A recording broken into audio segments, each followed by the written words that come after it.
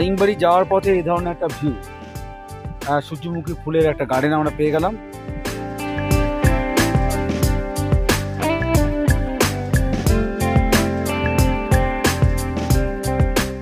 So friends, এখন 8:20 হয়ে গেল। তো আমরা গোপালপুরের এই হোটেল থেকে এখন বেরিয়ে যাচ্ছি দারিংবাড়ির উদ্দেশ্যে। তো রুটটা আমরা এভাবে সাজালাম যে আমরা তপ্তপানি হয়ে চন্দ্রগিরি হয়ে আমরা পৌঁছাবো দারিংবাড়ি। তো বেশি দেরি করলে ওদিকে দেরি হয়ে যাবে, তো রাস্তা যেতে যেতে কথা হবে। তো আমরা গাড়ি যখন স্টার্ট দিয়ে এখন বেরাই, এখন সব রেডি, মাউন্ট লাগিয়ে নিয়েছি, ও রেডি। এখন চলো দারিংবাড়ি যেতে যেতে কথা হবে। তো তোমাদের সবাইকে ভেরি ভেরি গুড মর্নিং জানিয়ে গোপালপুর এই হোটেল কলিঙ্গ থেকে জার্নিটা শুরু করলাম। তো ঘড়িতে বাজে এখন প্রায় 8:30, আর আমার ডান দিকে গোপালপুর সি বিচ। তো গোপালপুর সি বিচকে ডান দিকে সামনে রেখে আমরা বাঁ দিকে রাস্তা নিয়ে নিচ্ছি। এখান থেকে আস্কা রোডটা ধরবো, আর ওই সামনে আসছে গোপালপুর সি বিচ ঢোকার এন্ট্রেন্স গেট। তো এই গেটে কিন্তু 10 টাকার টিকিট লাগে ঢুকতে গেলে। কালকে আমরা যখন এসেছিলাম 10 টাকার টিকিট কেটে ঢুকেছিলাম। তো এই গেট দিয়ে এই বেরিয়ে গেলাম দারিংবাড়ির উদ্দেশ্যে। তো এই গোপালপুর থেকে দারিংবাড়ির যাওয়ার দুটো রাস্তা আছে, একটা হচ্ছে সুরাদা ড্যাম হয়ে, আর একটা হচ্ছে খাসাটা ওয়াটারফলস হয়ে। তো এই সুরাদা ড্যাম হয়ে গেলে গোপালপুর থেকে দারিংবাড়ির ডিস্টেন্স হচ্ছে 134 কিলোমিটার রাস্তা। তো আজকে আমরা সুরাদা রাস্তা দিয়ে দারিংবাড়ি যাচ্ছি না, যাচ্ছি আজকে খাসাদা ওয়াটারফলস হয়ে। কিছু অফবিট জায়গা আমরা আজকে দেখব, সেই জায়গাগুলো দেখে আমরা পৌঁছাবো দারিংবাড়ি। সেক্ষেত্রে কিন্তু আমাদের অনেকটা রাস্তা কিন্তু বেশি যেতে হবে। তো একটা রাউন্ড ট্রিপ কিন্তু আজকে আমরা জার্নি করতে চলেছি। তো আজকে আমরা প্রথমে ভিজিট করব উড়িষ্যার মিনি তিব্বত জিরান মনেস্ট্রি। সেই জিরান মনেস্ট্রি দেখার আগে যে সমস্ত স্পটগুলো আছে সেগুলো আমরা দেখব, তোমাদেরও দেখাবো।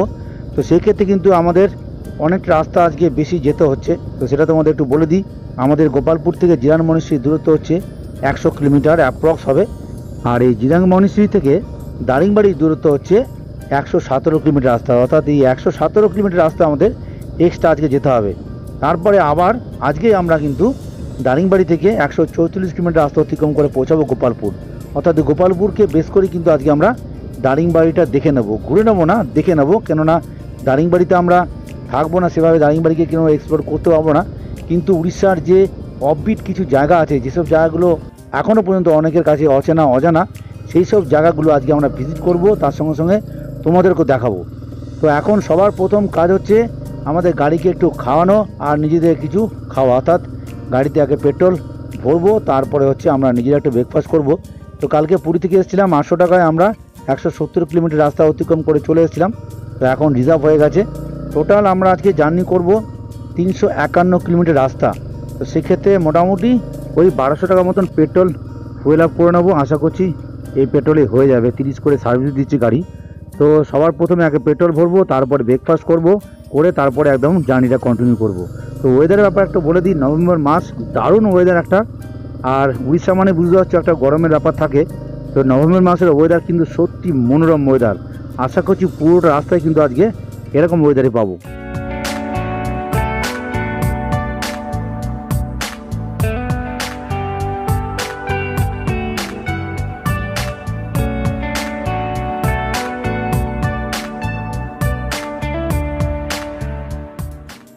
চলো, পেট্রোল পাম্প চলে এসছে।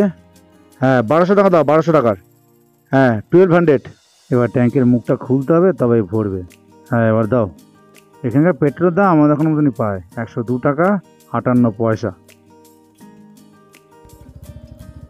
তো তেল ভরা হয়ে গেল, এবার এখান থেকে বেরিয়ে যায়। এবার এই আস্কা রোডের উপরে কোনো একটা জায়গায় ব্রেকফাস্টটা করে নেবো, তারপরে আর কোনো চিন্তা নেই। কেন এর পরের যে রাস্তা পাবো, যতদূর আমি জানি সেখানে ভালো কোনো রেস্টুরেন্ট বা হোটেল সেরকম নেই।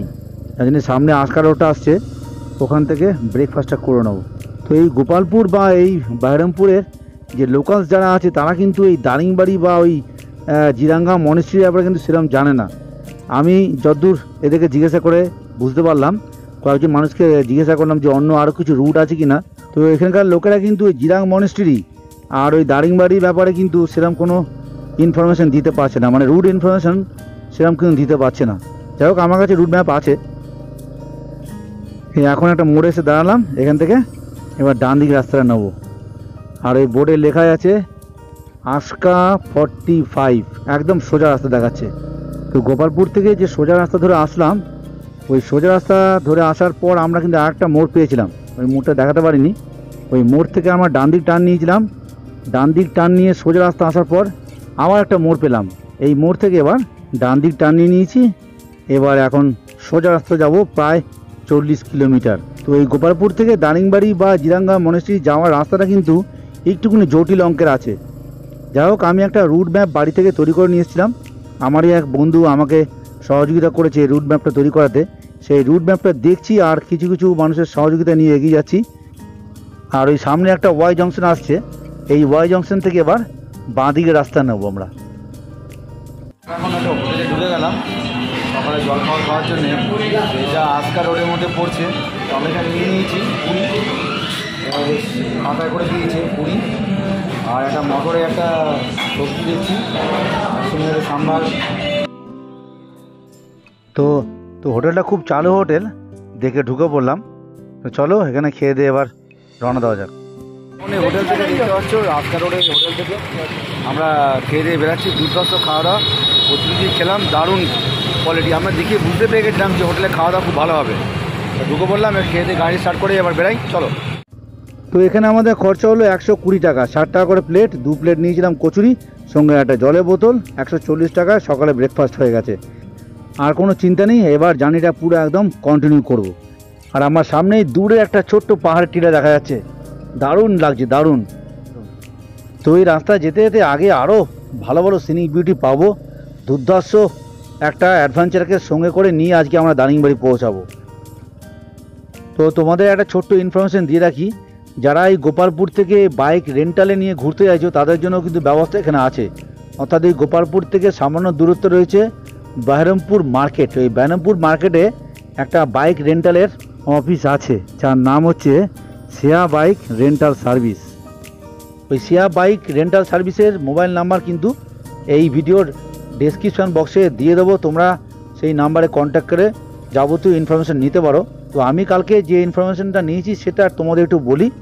এখানে ওই স্কুটির জন্য নিচ্ছে 600 টাকা, আর বুলেটের জন্য নিচ্ছে 900 টাকা, আর অ্যাপাচির মতন যে গাড়িগুলো আছে তার জন্য ওরা নিচ্ছে 700 টাকা।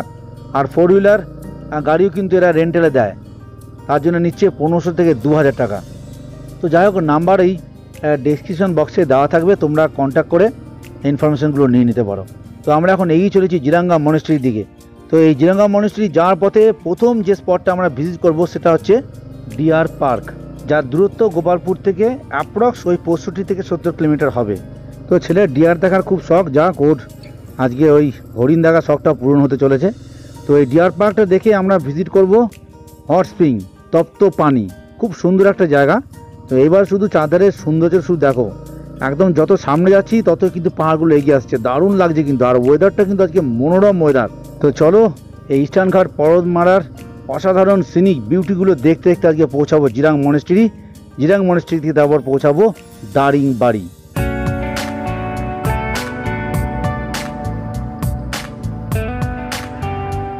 আর সামনের ভিউটা শুধু দেখো, অসাধারণ অসাধারণ। পাহাড় যেন মনে হচ্ছে আমাদের হাতছানি দিয়ে ডাকছে। তো এখানে একটু দাঁড়াতেই হবে, কিছু করার নেই। এখানে একটু দাঁড়িয়ে কটা স্টিল ফটো নিতেই হবে, দারুণ লাগছে জায়গাটা। ওহ, কি লাগছে পাহাড়টা, দুর্দান্ত দুর্দান্ত। ইস্টার্ন ঘাট পর্বতমালার যে এত সুন্দর রূপ আছে আমার জানা ছিল না। তাই এখানে দাঁড়িয়ে গেলাম, না দাঁড়িয়ে পারলাম না। 2-4টে ফটো তুলে নিলাম এখানে, স্টিল ফটো। এবার এখান থেকে বেরিয়ে যাব, মন কিন্তু মুগ্ধ হয়ে গেল। তো আমরা এই যে খাসাদা ওয়াটারফলসের রাস্তা যে ধরলাম জিরাং মনেস্ট্রি যাওয়ার জন্যে, এখান থেকে দারিংবাড়ি যাওয়ার জন্যে, যে রাস্তার সৌন্দর্য তোমরা দেখতে পাচ্ছ দারুণ। আর যদি এটা সুরাদা ড্যাম হয়ে যেতাম তাহলে কিন্তু সৌন্দর্য পেতাম, কিন্তু এতটা সৌন্দর্য পেতাম না।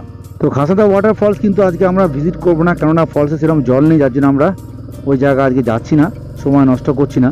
তো সামনে আসছে ডিয়ার পার্ক, এখান থেকে আর কিছু রাস্তা গেলে আমরা পৌঁছে যাবো ডিয়ার পার্কে। তো আমরা ডিয়ার পার্কে প্রায় পৌঁছে গেছি, দেখতে পাচ্ছ সব টুরিস্টরা রয়েছে এখানে। তো আজকে রবিবার, ভিড় কিন্তু হবে, ছুটির দিন, তো আস্তে আস্তে ভিড় বাড়বে। আমরা সকাল সকাল চলে এসেছি, তো অতটা ভিড় পাবো না। চলো ভিতরে এবার যাওয়া যাক, গাড়িটা এখানে কোথাও পার্ক করে দিই। এই হচ্ছে ডিয়ার পার্ক ঢোকার গেট।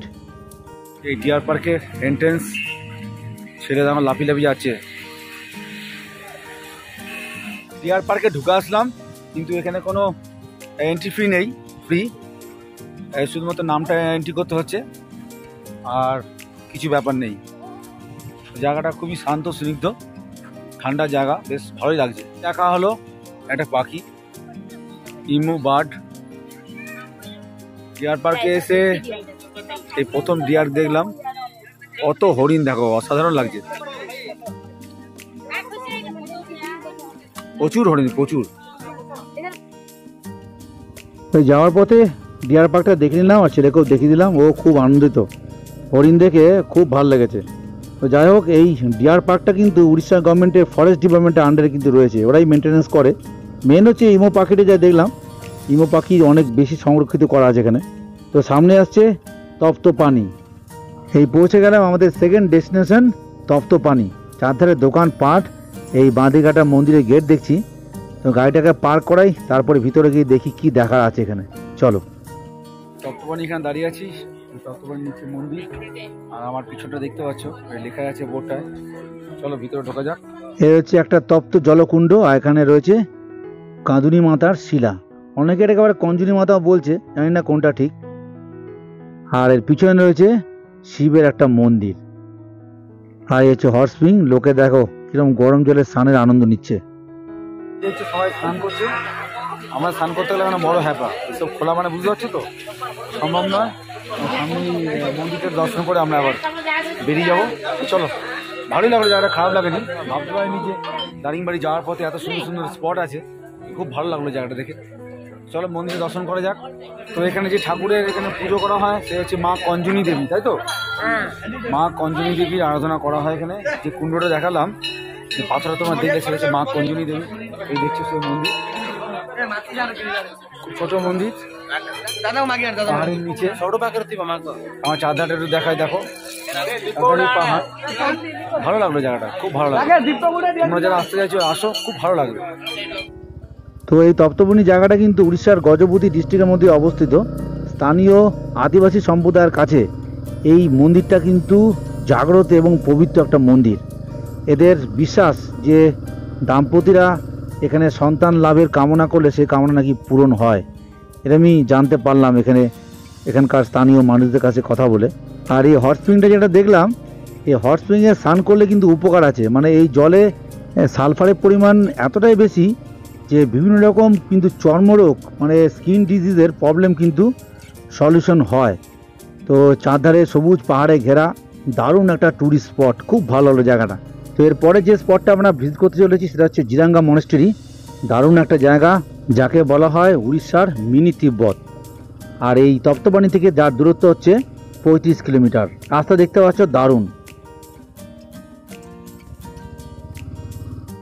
এখন এসে দাঁড়ালাম একটা ওয়াই শেপ জংশনে। আমার এই বাঁদিকের যে রাস্তাটা, এই বাঁদিকের রাস্তাটা চলে গেছে জিরাঙ্গা মনেস্ট্রির দিকে, উপরে বোর্ডে লেখা আছে। আর এই ডান দিকের রাস্তাটা চলে গেছে দারিংবাড়ির দিকে। তো আমরা ডান দিক রাস্তা যাচ্ছি না, আমরা বাঁদিক রাস্তা নিলাম। এই সোজা রাস্তা যাবো এখন। এই সোজা রাস্তাটা যাওয়ার পর একটা বলছে বাজার আসবে, সেই বাজার থেকে আবার ডান দিকে একটা ছোট গলি ঢুকে গেছে, সেই গলি দিয়ে আমরা পৌঁছাবো জিরাঙ্গা মনেস্ট্রি। এই জিরাঙ্গা মনেস্ট্রি যাওয়ার পথে যা পাচ্ছি সেটা তোমাদেরকে দেখাচ্ছি, দেখতে পাচ্ছ কি অসাধারণ জায়গা। রাস্তা তো ভালো আছেই, সবথেকে বড় ব্যাপার এই রাস্তায় কোনো টোল নেই, রাস্তায় কোনো বাম্পার নেই, রাস্তায় কোনো গ্যাদারিং নেই, যেটা সব থেকে বেশি ভালো লাগছে। আর তার উপর বাড়তি পাওনা দেখতে পাচ্ছ, দূর থেকে যে পাহাড়গুলো দেখতে পাচ্ছি অসাধারণ লাগছে। তো রাস্তায় যেতে যেতে এই ধরনের একটা গার্ডেন চোখে পড়ে গেল, তো না নেমে থাকতে পারলাম না। দারিংবাড়ি যাওয়ার পথে এই ধরনের একটা ভিউ, সূর্যমুখী ফুলের একটা গার্ডেন আমরা পেয়ে গেলাম। অসাধারণ লাগলো জায়গাটায়, জীবনের প্রথম এরকম ধরনের এত ফুলের মধ্যে দাঁড়িয়ে ফটো তুলছি। দেখো চারধারটা যেদিকে তাকাচ্ছি সেদিকে শুধুমাত্র সূর্যমুখী ফুল ফুটে আছে। এত বড় বড় ফুল এই প্রথম দেখলাম, দারুণ লাগছে, দারুণ দারুণ। একটু কাছ থেকে দেখাই ফুলটা, দেখো। এখান থেকে আবার বেরিয়ে যাবো, করে দেখাই, একটু কাছে যাই। মৌমাছি আছে নাকি? মৌমাছি হানি খাচ্ছে? কোথায় দেখা যাচ্ছে? আচ্ছা উড়ে গেল, উড়ে যাবে তো। আচ্ছা দেখো, ভালো করে দেখো। এই ধরনের ঘন সূর্যমুখী ফুলের বাগান আমার জীবনে প্রথম দেখা, অপূর্ব লাগলো, অপূর্ব। এই জিরাঙ্গা মনেস্ট্রি যাওয়ার পথে যা যা ভিউ পাচ্ছি, কিন্তু রাস্তায় দাঁড়িয়ে যেতে বাধ্য হচ্ছি, যার জন্য কিন্তু অনেকটা সময় বেশি যাচ্ছে। তো আজকে যেরকম টাইমে আমরা গোপালপুর থেকে স্টার্ট দিয়েছি, রাস্তাও অনেকটা, একটা রাউন্ড ট্রিপ করতে চলেছি, তোমাদের আগে বলেছি। তো এই রুটে 120 কিলোমিটার মতো রাস্তা আমরা আজকে এক্সট্রা জার্নি করব। তো দারিংবাড়ি পৌঁছাতে পৌঁছাতে প্রায় আমাদের 5টা সাড়ে 5টা বেজেই যাবে। তো এখন আর কোথাও দাঁড়াবো না, এই সুন্দর রাস্তায় একদম টানা এখন বাইক চালাবো জিরাঙ্গা মনেস্ট্রি অবধি। আর ওই সামনের পাহাড়ের ভিউটা কি লাগছে, মার্ভেলাস, দারুণ দারুণ। এই রাস্তায় আর বেশি কথা হবে না, এখন শুধুমাত্র এই রাস্তায় যাওয়ার সৌন্দর্যটা উপভোগ করবো।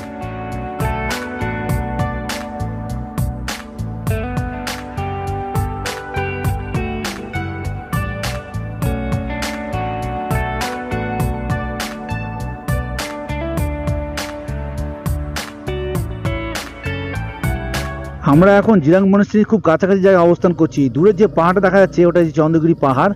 ওই পাহাড়ের পাদদেশে রয়েছে জিরাঙ্গা মনেস্ট্রি। তার আগে আসবে একটা স্তূপা, ওই স্তূপাটা আগে দেখে নেবো, তারপরে পৌঁছাবো জিরাঙ্গা মনেস্ট্রি।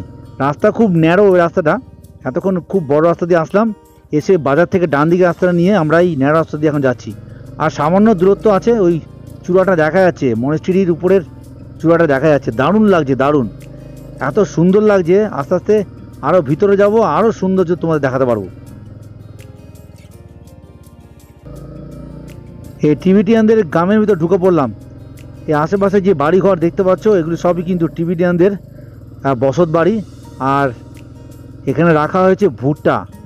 এই টিবিটিয়ানরা কিন্তু ভুট্টা চাষে মারাত্মক পারদর্শী। আর এই ভুট্টাগুলো কি সুন্দরভাবে সংরক্ষিত করা হয়েছে মাচা করে, দারুণ লাগছে। আর সামনে আসছে স্তূপা। এই বোর্ডটা একটু দেখে নেওয়া যাক, পদ্মসম্ভবা মহাবীরা চন্দ্রগিরি। এটা কিন্তু একটা স্তূপা, এটা জিরান মনেস্ট্রি নয়, জিরাঙ্গা মনেস্ট্রি। কিন্তু আমরা এই স্তূপা দেখে যখন আসবো, এই রাস্তা ধরেই একদম এই সোজা রাস্তা দিয়ে পৌঁছাবো জিরাঙ্গা মনেস্ট্রি। এখন দাঁড়িয়ে আছি পদ্মসম্ভবা মহাবীর স্তূপা, এই স্তূপাটা দেখতে পাচ্ছ। এরপরে মনেস্ট্রিটা আসবে। রাস্তাটা পড়ে গেছে, একটু দেখে নিই, ঘুরে দেখে নিই। জায়গাটা খুব ভালো জায়গা, 2-3টে দিনের জন্যে জায়গাগুলো, প্রত্যেকটা স্পট খুব ভালো। তো এখানে মোট 8খানা স্তূপা আছে, তার মধ্যে সব থেকে বড় স্তূপা আছে এটাই। তো টিবেটিয়ানরা এই স্তূপাকে বলেন চোরতেন। তো খুব সুন্দর একটা জায়গা আছে, একটা ধর্মচক্র আর চারধারে পেয়ার ফ্ল্যাগে ভরা।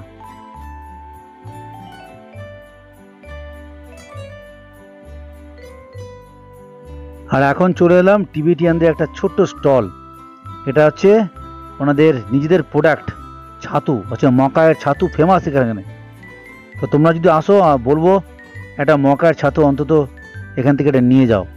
দারুণ দারুণ দারুণ, একদম অর্গানিক জিনিস। এটা হয়তো কোথাও পাওয়া যাবে না, আমাদের ওখানে তো পাওয়া যাবেই না। তো দারুণ লাগলো জায়গাটা, চারধারে টিবেটিয়ানদের ঘর বাড়ি। অবশেষে আমরা প্রবেশ করতে চলেছি ইস্টার্ন ইন্ডিয়ার সব থেকে বড় মনেস্ট্রি, জিরাঙ্গা মনেস্ট্রি। এ হচ্ছে মনেস্ট্রি ঢোকার গেট। উড়িষ্যার গজপতি ডিস্ট্রিক্টের চন্দ্রগিরি পর্বতের পাদদেশে অবস্থিত এই জিরাঙ্গা মনেস্ট্রি। চলো এবার ভিতরে ঢোকা যাক। তো পাসপোর্ট ভিসা ছাড়াই ঢুকে পড়লাম উড়িষ্যার মিনি তিব্বত। আর আমার বাঁদিকে যে সরোবরটা দেখছো এটা হচ্ছে পদ্ম সরোবর। তো এই চন্দ্রগিরিকে কিন্তু বলা হয় উড়িষ্যার মিনি তিব্বত। আর এই রাস্তা ধরে কিছুটা এগোবার পর সামনে পড়বে একটি বড় স্তূপা, তারপরেই আসবে জিরাঙ্গা মনেস্ট্রি। এই রাস্তাটা যে যাচ্ছে এই রাস্তা ধরে সোজা এখন চলে যাব জিরাঙ্গা মনেস্ট্রির দিকে। তো এখন এসে পৌঁছালাম মনেস্ট্রি মুখ্য দ্বারে। তো এই মনেস্ট্রি সকাল 8টার সময় খুলে বন্ধ হয় দুপুর 12টা, আবার খোলা হয় দুপুর 1টায়, বন্ধ হয় বৈকাল 5টা। আর এই মনেস্ট্রি ঢোকার এন্ট্রি ফি হচ্ছে 10 টাকা। তো এই জায়গায় এসে কিন্তু একটু আমি অবাকই হলাম। পুরীতে বহুবার এসেছি, গোপালপুরও আগে এসেছি, কিন্তু গোপালপুরের খুব কাছে এত সুন্দর একটা জায়গা আছে আমি কিন্তু স্বপ্নও ভাবতে পারিনি। মনেস্ট্রিতে এসে স্নিগ্ধ শান্ত একটা পরিবেশ, তো এত সুন্দর লাগছে, মনে হচ্ছে যে গ্যাংটকে চলে এসেছি। আশা করতে পারিনি যে কোনোদিন যে উড়িষ্যাতে এই দারিংবাড়ি যাওয়ার পথে এরকম একটা মনেস্ট্রি পাবো। খুব ভালো লাগছে। এই মনেস্ট্রির ভিতরে ঢুকে সবার প্রথমে যেটা চোখে পড়ছে 23 ফুটের বুদ্ধের মূর্তি, আর চারধারে মরাল পেন্টিং, অসাধারণ হাতের কাজ, অপূর্ব।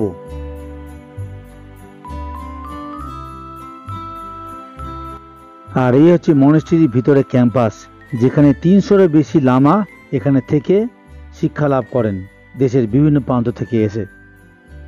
মনিস্ট্রির ভিতরে এখন এই আমাদের মামা ভাইয়ের কাছে চা খেয়ে চা তৈরি করছে, সেই চাটা একটু খাবো, টেস্ট করে দেখবো চাটা কেমন আছে।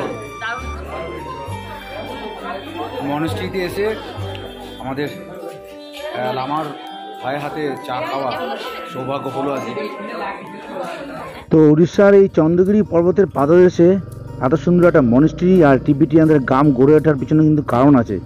কারণটা হচ্ছে 1959-এ যখন চীন তিব্বত আক্রমণ করেছিল, তখন দলাই লামা সহ তিব্বতিয়ানরা কিন্তু ভারতবর্ষে প্রবেশ করেন। আর এই রিফিউজি তিব্বতীদের তৎকালীন উড়িষ্যার গভর্নমেন্ট এখানে একটি ক্যাম্প করার অনুমতি দেন। তারপর থেকে কিন্তু এই জায়গার এই রূপ নিয়েছে।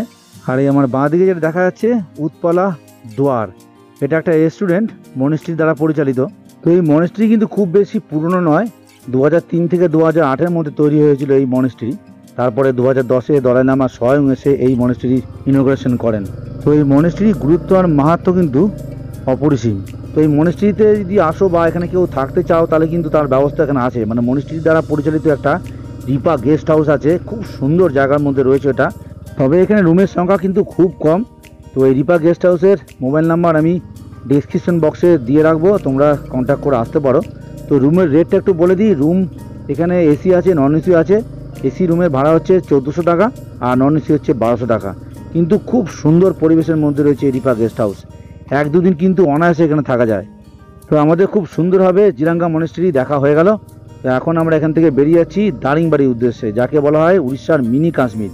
তো এই জিরাঙ্গা মনিস্ট্রি থেকে দারিংবাড়ির ডিস্টেন্স হচ্ছে 120 কিলোমিটার, 3 ঘন্টা মতো সময় লাগবে আমাদের, একটু বেশি লাগবে, একটু স্টে করতে করতে যাবো। এখন আমরা সোজা রাস্তায় যাচ্ছি, সামনে আসছে মোহনা রোড।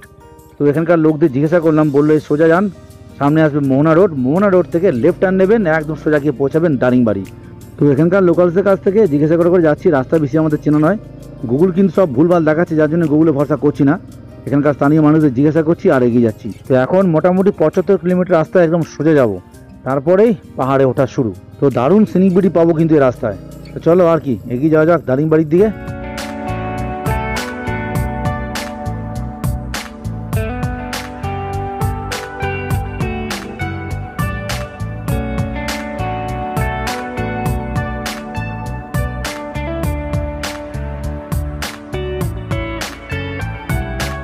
তো আমরা এখন দারিংবাড়ি ঢোকার প্রায় মুখে, এখান থেকে আর 35-40 কিলোমিটার দেখাচ্ছে অ্যাপ্রক্স। তো ঢোকার মুখে শুধুমাত্র সিনিক বিউটিগুলো দেখো, এইখান থেকে কিন্তু অরিজিনাল পাহাড়ের ওঠার যে ফিলিংটা সেটা কিন্তু পাবো। প্রচুর কার্ভ রয়েছে রাস্তায় দেখতে পাচ্ছি। এবার কিন্তু পাহাড়ে ওঠার মজাটা পাচ্ছি, দারুণ লাগছে। তো দারিংবাড়ি কতটা সুন্দর জানি না, তবে এই দারিংবাড়ি আসা অবধি যে রাস্তাগুলো পেলাম এত সুন্দর লেগেছে, যেটা কিন্তু বলে বোঝাতে পারবো না। যেমনি রাস্তা তেমনি প্রাকৃতিক সৌন্দর্য, সবুজ পাহাড় সব মিলিয়ে কিন্তু অনবদ্য। তো আজকে দারিংবাড়ি আমরা থাকছি না, তো নেক্সট টাইম যদি কোনো দিন দারিংবাড়ি আসি তাহলে একটা দিন অন্তত দারিংবাড়ি থাকবো, একটা রাত অন্তত দারিংবাড়িতে কাটাবো। তো আমরা এখন দুপুরে লাঞ্চও করিনি, কিন্তু দুপুর হয়ে গেছে, ঘড়িতে বাজে প্রায় 4:45। তো এখন ওই দারিংবাড়ি পৌঁছাই, দারিংবাড়ি পৌঁছে কিছু খাওয়া দাওয়া করবো, চারধারটা একটু দেখবো, দেখে তারপর আমরা রওনা দেবো গোপালপুরের উদ্দেশ্যে। তো অবশেষে আমরা দারিংবাড়ি এসে পৌঁছালাম। এই হচ্ছে দারিংবাড়ি চারমাথা মোড়, চারধারে হোটেল রয়েছে, রাস্তার উপরই সব হোটেল, এটাও একটা রাস্তার উপর হোটেল। আর এই সোজা রাস্তাটা চলে গেছে NH 59, এটা হচ্ছে দারিংবাড়ি। আর এই সমস্ত থাকার সব হোটেল, রোডের ধারে সব হোটেল রয়েছে। আর এই হোটেলে আমরা এখন খাবো, হোটেল মা মহামায়া। চলো ভিতরে দেখি কি পাওয়া যায়। কি বলছে, আছে খাওয়া দাওয়া আছে? হ্যাঁ চলো চলো, চা পাবো তাই খেয়ে নেবো, চলো। হ্যাঁ, দারিংবাড়িতে এসে একটা ছোটোখাটো হোটেলে ঢুকলাম খাওয়ার জন্য। তো এই থালা দেখছি, ওই থালি নিলাম, তার মধ্যে 2 রকম সবজি দিয়েছে, একটা বাঁধাকপির তরকারি, ডাল, একটা মাছ, 130 টাকা। আর এদিকে ডালটা কিরকম করেছে, ঠিকই আছে, কিন্তু চালটা অন্যরকম। তো খাওয়া দাওয়া করে একটা হোটেলের উপর উঠে আসলাম চারধারে ভিউটা দেখার জন্য। তো এখানে হোটেলের সংখ্যা খুব কম কিন্তু, তো এখানে হোটেল বুক করে আসে ভালো। আর হোটেল রেট মোটামুটি ওই 2000, 2500, 1500 মধ্যে তোমরা পেয়ে যাবে। তো দারিংবাড়িতে কিন্তু অনেক কিছু দেখার আছে, সেগুলো দেখতে গেলে এখানে একটা দিন থাকতে হবে। আমরা থাকছি না তাই তোমাদের দেখাতে পারলাম না। তো স্পটগুলো একটু তোমাদের বলে দিই, এখান থেকে দেখে নেওয়া যায় pine forest, Mridubandha waterfalls, coffee plant, sunset point, এমো park, lovers point, nature park, তারপরে আছে তোমার বাটারফ্লাই পার্ক, এগুলো কিন্তু এখান থেকে একদিন থেকে অনায়াসে কভার করা যায়। তো আজকের ভিডিওটা এই দারিংবাড়িতে শেষ করছি, আর ভিডিওটা বেশি লম্বা করছি না। তো ভিডিওটা যদি তোমাদের ভালো লাগে তাহলে একটা লাইক, একটা কমেন্ট করে জানিও, আর পরবর্তী ভিডিওগুলো দেখার জন্য চ্যানেলটা সাবস্ক্রাইব করে রাখতে পারো। তো thank you for watching from Daringbadi. Take care and tata.